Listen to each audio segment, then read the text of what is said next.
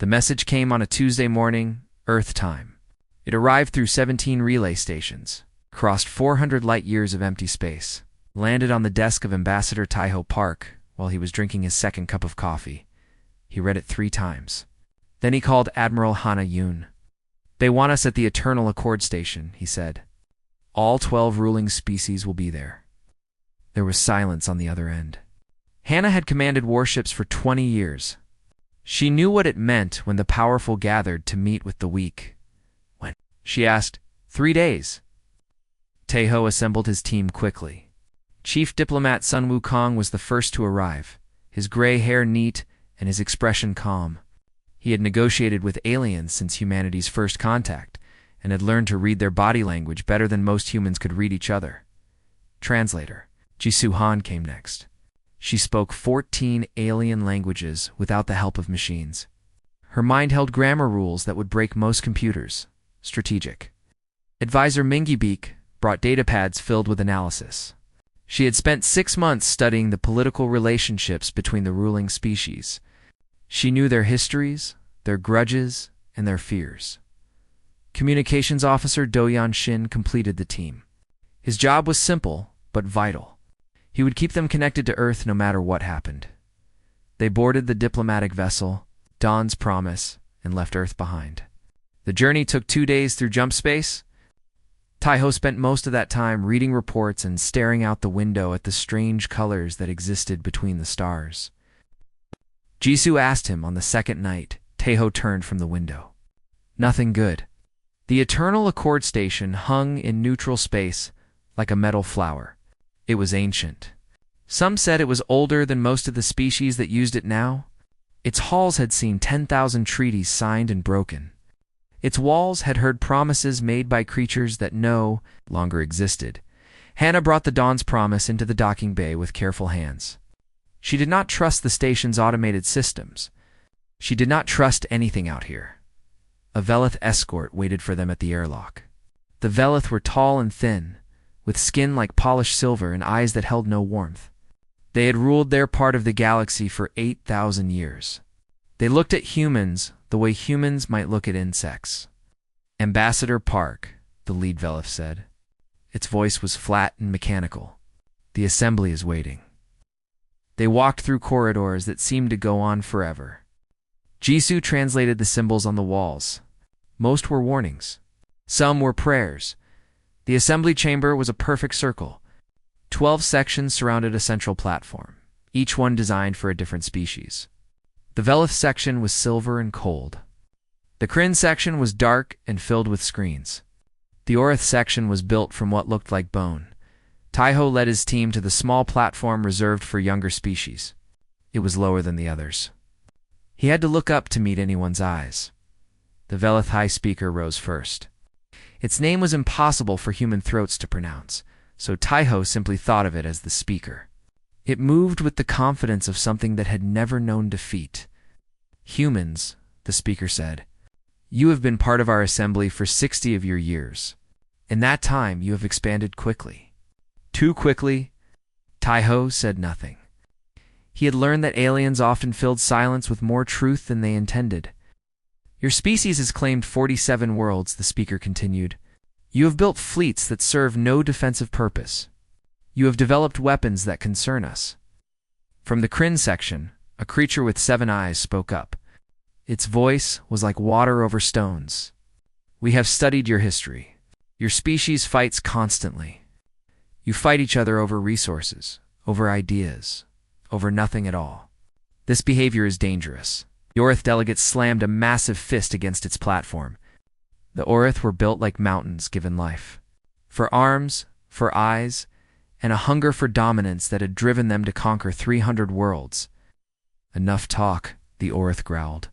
"Tell them what they are here for." The Speaker's silver face showed no emotion. "Very well. Humans, the Assembly has decided on certain requirements. You will surrender 3 of your colony worlds. You will reduce your fleet to purely defensive numbers. And you will accept guidance from the Velith Dominion in all matters relating to interstellar activity." Minji's hand found Taiho's arm. Her grip was tight. In exchange, the Speaker added, You will receive protection from external threats. You will have access to established trade routes, and you will be allowed to continue existing. The chamber fell silent. The word aloud hung in the air like poison. Sunwoo leaned close to Taiho. They're not negotiating. They're issuing orders. Taiho knew this. He had known it from the moment he received the summons. But hearing the word spoken aloud made something cold settle in his chest. What happens if we refuse? He asked, his voice was steady. Several alien delegates exchanged looks. The question seemed to surprise them. Perhaps younger species usually did not ask such things. The Orith delegate laughed. It was an ugly sound. Then we will take what we want. And we will punish your people for wasting our time. Your homeworld is fragile, the Kryn representative added. One bombardment would end your civilization. You must understand your position. Hannah stood at Taiho's side. Her face was stone, but her eyes burned. 20 years of service. Countless battles fought and won. And these creatures spoke of Earth's destruction like they were discussing the weather. Taiho looked around the chamber. 12 species. Thousands of years of combined history. Fleets that could darken stars. And they all stared at him with the same expression, contempt. They saw humans as children playing with toys they did not understand. They saw a young species that needed to be controlled before it caused trouble. They saw something to be managed, contained, and eventually forgotten. Taiho took a slow breath. We will consider your terms, he said.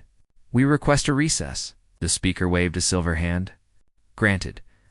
You have until the station completes its next rotation. Use the time wisely. As the human delegation left the chamber, Jisoo walked close to Taiho. They expect us to break, she whispered. They're waiting for us to beg. Taiho did not answer. He walked through the ancient corridors with his team behind him, and his thoughts racing ahead. Back in the chamber, the Velith speaker settled into its seat with satisfaction. The Kryn representative remained still, its 7 eyes fixed on something no one else could see. They will accept, the Orith said confidently. They always do. The Kryn said nothing. Something felt wrong. But it could not explain what. Outside, Taiho stopped at a viewing port. Stars filled the darkness. Somewhere out there, Earth waited for news. 8 billion people who had no idea what was being demanded of them. Sir, Doyen asked, should I contact Earth? Taiho watched the stars for a long moment. Then he turned, as he said, tell them everything, and tell them to prepare. Doyen nodded and moved away to send the message. Hannah stepped up beside Taiho. Prepare for what?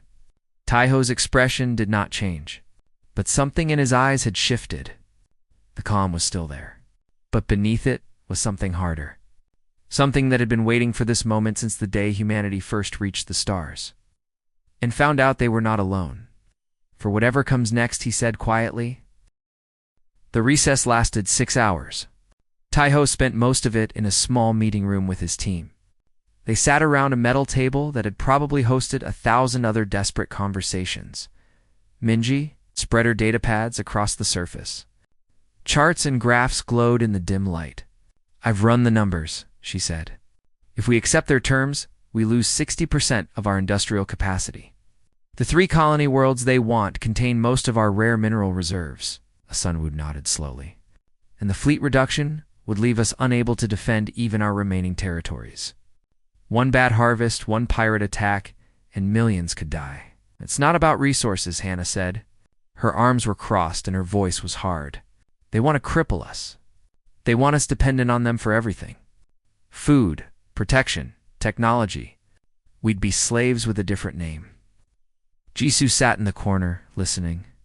She had spent years learning alien languages and alien minds. She understood things the others did not. They're afraid of us, she said quietly. Everyone turned to look at her. Think about it, she continued. We've been in space for 60 years. In that time, we've done things that took them thousands of years. Our ships are getting faster. Our weapons are getting stronger. And we keep having children. She let that sink in. Alien species grew slowly. Some took centuries to double their populations. Humans could do it in decades. They see where this is going, Jisoo said. In 100 years, maybe 200. We could be stronger than any of them. They want to stop that before it starts. Taiho listened to everything. He had not spoken much during the recess. His mind was working on something. A plan was forming, though he was not sure what shape it would take. Doyan entered the room with a datapad clutched in his hands. Response from Earth, he said. The General Assembly voted 93% against accepting the terms. And the other 7%? Sunwoo asked. Wanted to negotiate. Doyan paused. But they also approved contingency measures. Whatever we decide here, Earth will support us. Minji pulled up a new file. I've been working on a counter-proposal. Trade agreements, mutual defense treaties, cultural exchange programs, things that benefit both sides. If we can show them that cooperation is more valuable than control. She trailed off. She knew how unlikely it was. Taiho finally stood. He walked to the small window and looked out at the station's inner ring. Alien ships docked alongside human vessels. Species that had been traveling between stars when humans still lived in caves. They won't accept a counterproposal, he said. We have to try, Sunwoo said. Diplomacy requires us to, I know. Taiho turned back to face his team. We'll try. We'll offer them everything reasonable. And when they refuse, we'll have our answer. The chamber felt different when they returned. The alien delegates had spent the recess talking among themselves. Some of them looked amused. Others looked bored. None of them looked worried. Taiho walked to the central platform and stood straight. Hannah stood at his right. Sunwoo at his left. The rest of the team arranged themselves behind him. Human delegation has prepared a response, Taiho said. His voice carried clearly through the chamber. The Velith speaker leaned forward slightly. Proceed. Taiho took a breath. We reject your original terms. However, we propose an alternative arrangement. A ripple of surprise passed through the chamber. Rejection was not supposed to come first. Younger species usually spent hours begging for small changes before accepting their fate. Taiho continued. We offer full trade partnerships with any species willing to participate. Our colony worlds produce resources that could benefit the entire assembly. We offer technological cooperation in fields where our research has advanced quickly. We offer cultural exchange programs to build understanding between our peoples. The chamber was silent. We also offer mutual defense treaties. Any attack on assembly worlds would be treated as an attack on humanity. We would stand with you against external threats. Sunwoo stepped forward. These proposals create lasting stability. They benefit everyone. Subjugation creates resentment. Partnership creates prosperity. For a moment, Taiho thought he saw something like interest in the Kryn representative's 7 eyes. The Kryn valued logic above all else. Surely they could see the sense in this approach. Then the Velith speaker laughed. The sound was like metal scraping against stone. It echoed through the chamber and crushed whatever hope had begun to grow in Taiho's chest. You misunderstand your position, the speaker said. This is not a negotiation. We have told you what will happen. You do not get to make counteroffers. The Orith delegate rumbled in agreement. Your species has existed for the blink of an eye. You have no history, no legacy, no right to demand anything. Sunwoo tried again. With respect, the principles of the Assembly Charter state that all member species have equal standing in the Charter. The speaker's voice dripped with contempt. The Charter is a document written by civilizations that earned their place. Humans have earned nothing. You were given membership as a kindness. Do not mistake that kindness for equality. Taiho felt something shift inside him. He had known this might happen. Part of him had expected it. But hearing the words spoken, so openly still, struck something deep. Jisu's voice was tight as she translated the murmurs from other delegations. Most of them agree with the speaker. A few think this is going too far, but they won't speak up. Hannah's hand moved to her belt. There was no weapon there. They had been forbidden from bringing any, but the gesture was automatic. Old instincts died hard. The Kryn representative finally spoke. We have analyzed your species extensively. Your aggression, your unpredictability, your rapid expansion, these are traits that require management. Left unchecked, You will destabilize this region of space. We're not asking to be unchecked, Taiho said. We're asking to be partners. You're not ready for partnership. The Kryn's 7 eyes blinked in sequence. In 1,000 years, perhaps, when your species has matured? For now, you need guidance. The Orth stood, its massive form casting a shadow across the chamber. Enough of this.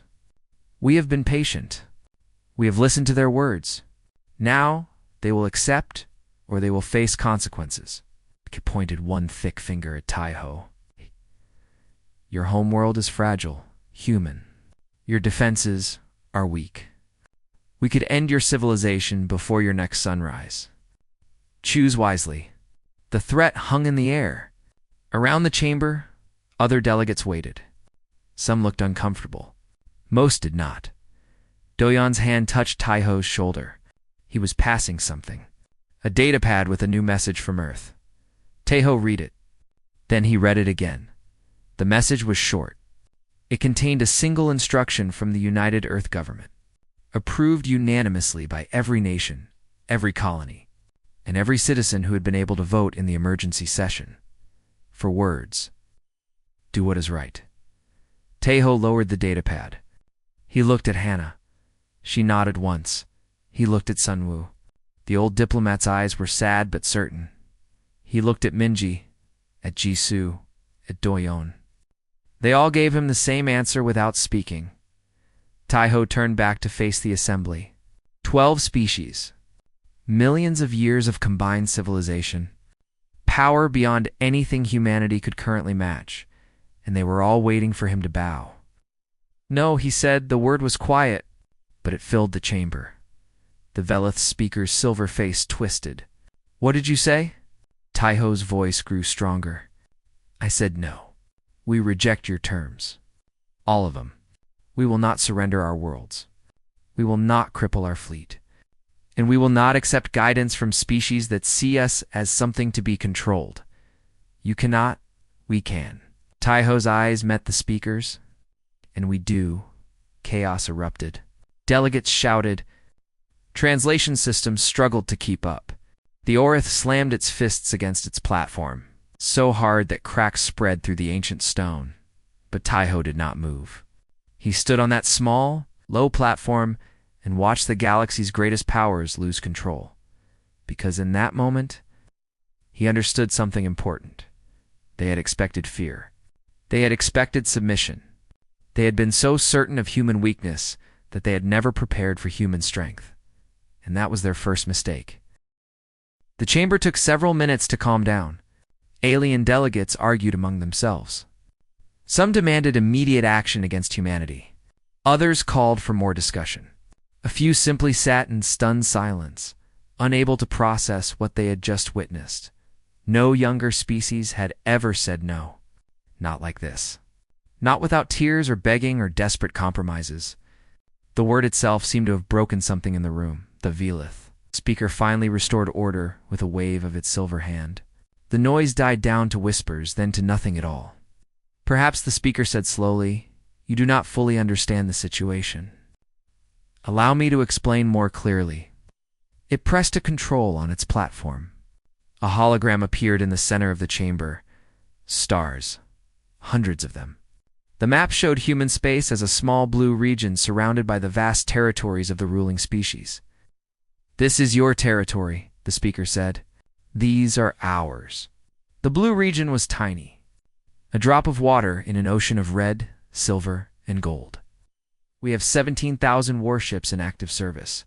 You have perhaps 800. Our combined populations number in the trillions. Yours struggles to reach 15 billion. The speaker's voice was patient, like a teacher explaining something to a slow child. There is no scenario in which you win this confrontation. Taiho looked at the map. He had seen versions of it before. Every human child grew up knowing how small they were in the cosmic scale. It was supposed to make them humble, grateful. Instead, it just made them angry. I understand the numbers, Taiho said. My answer remains the same. The Orth delegate rose again. Its 4 eyes burned with fury. Then you choose extinction. We will reduce your worlds to ash. You will do what you have always done, Taiho interrupted. His voice was calm but carried an edge now. You will threaten. You will bully. You will expect us to break because everyone else has broken before us. He stepped forward on the platform. But we are not everyone else. We are human, and we do not surrender to tyrants. The word tyrant struck the chamber like a physical blow. Several delegates gasped. The Velith speaker's silver features darkened with something that might have been rage. You dare, I dare, Taiho said. Because someone has to. Because every species in this chamber that you call an ally was once in our position. You gave them the same choice. Submit or die. And they submitted. And now they sit here helping you crush the next ones who come along. He looked around the room. Some delegates would not meet his eyes. How many civilizations have you destroyed? Taiho asked. How many species chose death over slavery and were erased from history? How many more will there be after us? The Kryn representative spoke. Your morality is irrelevant. We operate on logic. The logical choice is to accept terms that allow your survival. Hannah stepped forward. She had been silent until now, but her voice rang through the chamber. Survival as pets? As servants? As species that exist only because you allow it? She pointed at the holographic map. You see that blue region and think it represents weakness. But let me tell you what I see. I see 47 worlds that we built from nothing. I see 800 ships crewed by men and women who would die before they kneel. I see a species that crawled out of caves, split atoms, and reached the stars in less time than it takes most of you to change your laws. Her eyes swept the chamber. We are not weak. We are young. And there is a very important difference. Sunwoo placed a gentle hand on Hannah's arm. The old diplomat's face was grave, but determined. We came here hoping for partnership, he said. We prepared proposals that would benefit everyone. We were willing to compromise, to find middle ground, to build something better together. He shook his head slowly. Instead, we found exactly what we feared. An assembly that calls itself united, but rules through fear. Species that preach cooperation, but practice domination. A galaxy where the strong take what they want, and the weak are expected to be grateful for scraps. He gathered his data pads. We reject this. Not because we think we can win a war against you, but because some things matter more than survival. The Velith speaker stood. Its silver robes caught the light like liquid metal. If you leave this chamber without accepting our terms, there will be consequences. I will not ask again. Taiho turned to his team. One by one, they nodded. Minji closed her files. Doyon secured his communication equipment. Jisoo straightened her translation device. Hannah smiled. It was a small smile, but it was real. And don't ask, Taiho said. He walked toward the exit. His team followed. Behind them, the chamber erupted again. The Orith bellowed threats. The Velith speaker shouted commands. Even the usually calm Kryn showed agitation.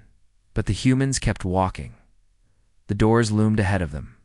Ancient doors that had opened and closed for thousands of years. Doors that had seen empires rise and fall. Doors that had never seen anything quite like this. Stop. The Orith roared. If you walk through that door, we will hunt you down. Every ship, every colony, every human in existence will pay the price. Your children will curse your name for the suffering you bring upon them. Anna paused at the threshold. She turned back. Her face was calm, but her eyes held fire. Let me tell you something about humans, she said. We don't forget. We don't forgive. And we don't give up. Ever. She looked directly at the Orith. So if you want war, bring it. Bring every ship you have. Bring every weapon, every soldier, every ounce of fury your species can muster. Her voice dropped to something almost gentle. And we will still be standing when the dust settles. Because that's what we do. We survive. We adapt. And we win. She turned away. The doors opened. The human delegation walked through. The doors closed behind them for a long moment. The assembly sat in absolute silence. The holographic map still glowed in the center of the chamber. That small blue region, looking smaller than ever. The Velith speaker slowly sat back down. "Fools," it said finally. "They have chosen their fate should we pursue." An aide asked. The speaker waved dismissively. "Let them run back to their homeworld. Let them have a few days to realize the magnitude of their mistake. Then we will teach them the cost of defiance." Around the chamber, delegates murmured agreement. The crisis was over.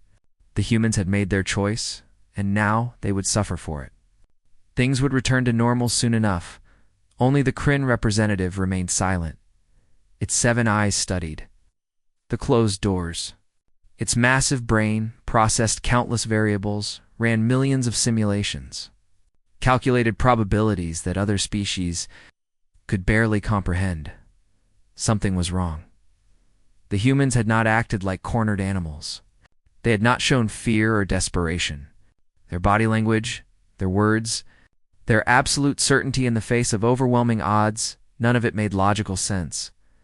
Unless they knew something the assembly did not. The Kryn representative made a quiet note in its personal files. A note that would not be shared with the other delegates. A note that expressed a simple but troubling thought. What if the humans had been waiting for this? Far down the corridor, Taiho and his team walked in silence. The weight of what they had done pressed down on all of them. They had just declared war on the galaxy's greatest powers. They had just put billions of lives at risk. But none of them looked back. Do-Yan broke the silence first. Message sent to Earth. "They know everything." And Taiho asked. Do-Yan checked his device. A moment later, he smiled. "They say good luck. And that Operation Silent Star is now active." Taiho nodded. He did not smile. There would be time for that later if they survived. "Get us home," he said. "We have a war to win." 3 weeks passed in silence. The Velith Dominion assembled, its punishment fleet with the efficiency of a species that had conquered hundreds of worlds. 200 warships gathered at the edge of human space. They were beautiful in a terrible way. Silver hulls that stretched 4 kilometers. Weapons that could crack planets. Engines that bent space itself. Fleet Commander Vareth stood on the bridge of the flagship, Eternal Judgment, and waited for the order to advance. This would be easy. Humans had perhaps 50 ships in this region. They would fall within hours. The order came. The fleet moved forward and found nothing. Vareth stared at empty space where human stations should have been. His sensors showed ghost signals and cold debris, but no ships. No defenses. No signs of life. "Where are they?" he demanded as crew searched. They scanned every asteroid, every moon, every corner of the system. Nothing. The humans had vanished like smoke and wind. "Check the other systems," Vareth ordered. Reports came back from across human space. Colony worlds had gone dark. Trade ships had disappeared from established routes. Communication buoys had been disabled or destroyed. It was as if humanity had simply ceased to exist. On the station Eternal Accord. The Velith speaker received these reports with growing confusion. This was not how younger species behaved. They did not run. They did not hide. They collapsed, surrendered, begged for mercy. "They're playing some kind of trick," the Orth delegate insisted. "Cowards. They're hiding in their caves, hoping we'll forget about them." But the Kryn representative had a different view. Intelligence. Analyst Youngji Cho had been monitoring human activity for years. The Kryn had assigned her to this task because she was brilliant, patient, and thorough. Now she sat in her dark office surrounded by screens and felt fear for the first time in her career. They didn't run, she told her superiors. They repositioned. Explain. Yoonji pulled up her analysis. For the past 2 years, human shipping patterns have shown subtle anomalies. Resources have been moving to locations we cannot identify. Their public shipyards have been building at reduced capacity, but their resource consumption suggests construction at 3 times that rate. She highlighted several data points. They have been preparing for this. The walkout was not desperation. It was a signal. A trigger for something they planned long ago. The Kryn delegation considered this. It was troubling. But what could humans have built that would matter against the combined might of the ruling species? Meanwhile, in the shadows of a gas giant at the galaxy's edge, Admiral Hannah Yoon stood aboard the UENS Resolve and watched her fleet take shape. Ships emerged from hidden docks built into asteroids. They were not the vessels the assembly knew. These were new designs, created in secret, constructed in facilities that existed on no official record. Their hulls were darker than space itself. Their weapons hummed with energy that even Hannah did not fully understand. Fleet. Commander Hein Wu Cha approached her with a datapad. He was young for his rank, but he had earned every promotion through skill and courage. All ships reporting ready, he said. Dr. Salman Lee confirms the new targeting systems are fully operational. Hannah nodded. Dr. Salman Lee was the architect of this fleet, a military strategist who had spent 30 years planning for a war she hoped would never come. Now, her plans were becoming reality. How many? Hannah asked. 312 combat-ready vessels, another 200 in reserve positions, 500 ships. The assembly thought humans had 800 total. They had no idea that humanity had been building in secret, hiding their true strength, waiting for the moment they would need it. The Velith fleet is searching for us, Hyun-Woo reported. They've entered the outer colonies, but found nothing. They're confused. Good. Hannah allowed herself a small smile. Let them stay confused. On Earth, Ambassador Tai-Ho Park addressed the United Nations in a closed session. The chamber was full. Every nation, every territory, every voice in human civilization had sent representatives. They sat in silence and listened. For 60 years, Tai-Ho said, we played by their rules. We smiled when they insulted us. We bowed when they demanded submission. We pretended we didn't notice how they looked at us. He paused and let his gaze sweep the chamber. We did this because we were smart. We knew we were not ready for direct confrontation. So we waited. We learned. We built. And we prepared for the day when waiting would no longer be enough. He straightened. That day has come. The assembly has shown its true face. They do not want partners. They want subjects. They do not offer protection. They offer chains. The chamber remained silent, but Tai-Ho could feel the energy in the room. Fear, yes, but also something else. Something that had been building in humanity since the first alien had looked at them with contempt. Anger. Operation Silent Star is now in effect, Tai-Ho continued. Our civilian populations have been evacuated to secure locations. Our fleets have repositioned to strategic points. Our defenses are ready. Took a breath. I will not promise you victory. I will not promise you safety. What I will promise you is this. We will not surrender. We will not kneel. And whatever happens, we will face it together. The applause started slowly. One person, then another. Within moments, the entire chamber was on its feet.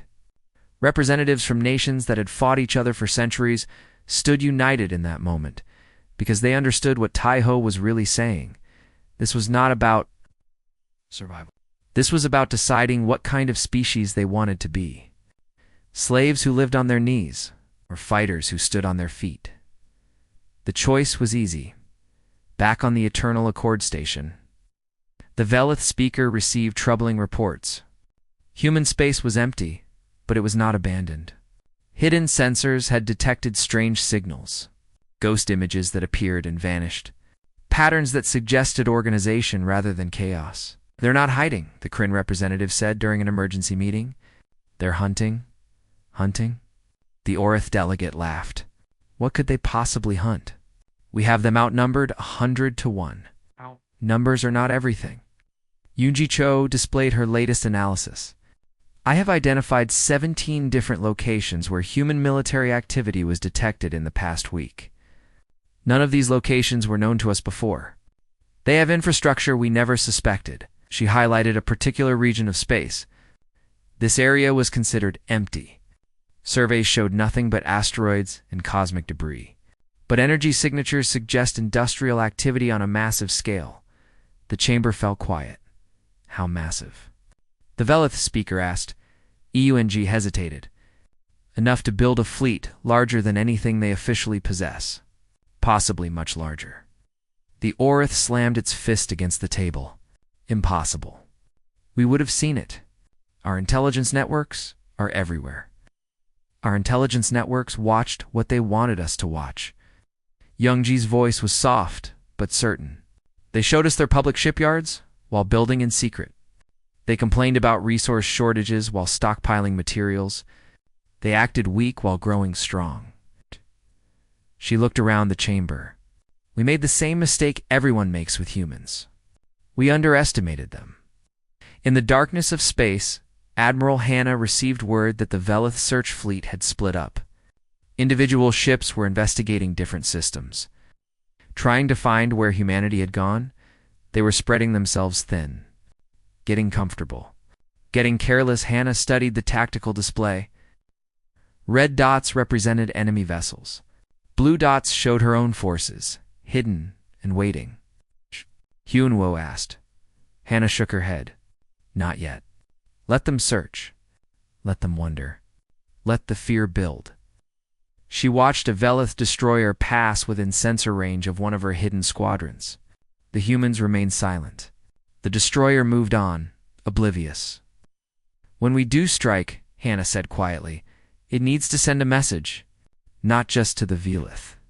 To everyone. The entire galaxy needs to see what happens when you push humanity too far. Hyunwoo nodded. The Void Reach, Dr. Lee says the conditions there favor are weapon systems. Then that's where we'll make our stand. Hannah turned away from the display. Send word to all ships. Operation Thunderbreak begins in 72 hours. She walked toward her quarters, her footsteps echoing in the quiet corridor. Behind her, the fleet waited in darkness, patient. Ready, the galaxy had no idea what was coming. The Velith Dominion lost patience after 4 weeks of searching. The High Council demanded results. The Speaker demanded blood. So they gathered their grand fleet and set out to end humanity once and for all. 800 warships. The largest military force assembled in 3 centuries. Ships that had crushed rebellions, broken empires, and silenced countless species that dared to resist. They jumped through space with the confidence of gods, certain that nothing could stand against them. Fleet Commander Varith received new orders as his armada moved through the void. Find the humans. Destroy their military. Occupy their worlds. Leave nothing that could threaten the assembly again. He acknowledged the orders and felt satisfaction. This would be his legacy. The commander who ended humanity's brief rebellion, then his sensors detected something in the Void Reach. The Void Reach was a dead system. No planets worth colonizing. No resources worth mining. Just empty space and forgotten asteroids. No one came here for any reason, but now human ships waited there. Not hidden. Not running, waiting, Vera counted them. 300 vessels. Less than half his numbers. Smaller, too. Their largest ship was barely a third the size of his flagship. They want to fight here? His second officer asked. It appears so. Varith smiled. Fools to the end. All ships, prepare for engagement. The Grand Fleet spread out in standard formation. 800 warships against 300. Overwhelming advantage in every category. Firepower, shields, speed, numbers. This would not be a battle. It would be an execution. Admiral Hannah Yoon watched the enemy approach. She stood at the center of the Resolve's bridge, surrounded by officers who had trained their whole lives for this moment. They're confident, Hyunwoo observed. Their formation is spread wide. They're not expecting resistance. Good. Hannah's voice was calm. Activate the targeting network. All ships, weapons free on my command. Across the human fleet, something changed. Systems that had been dormant hummed to life. New technology, developed in secret, tested in simulations. Now about to face its first real test, Dr. Soman Lee had called it the Unity Network.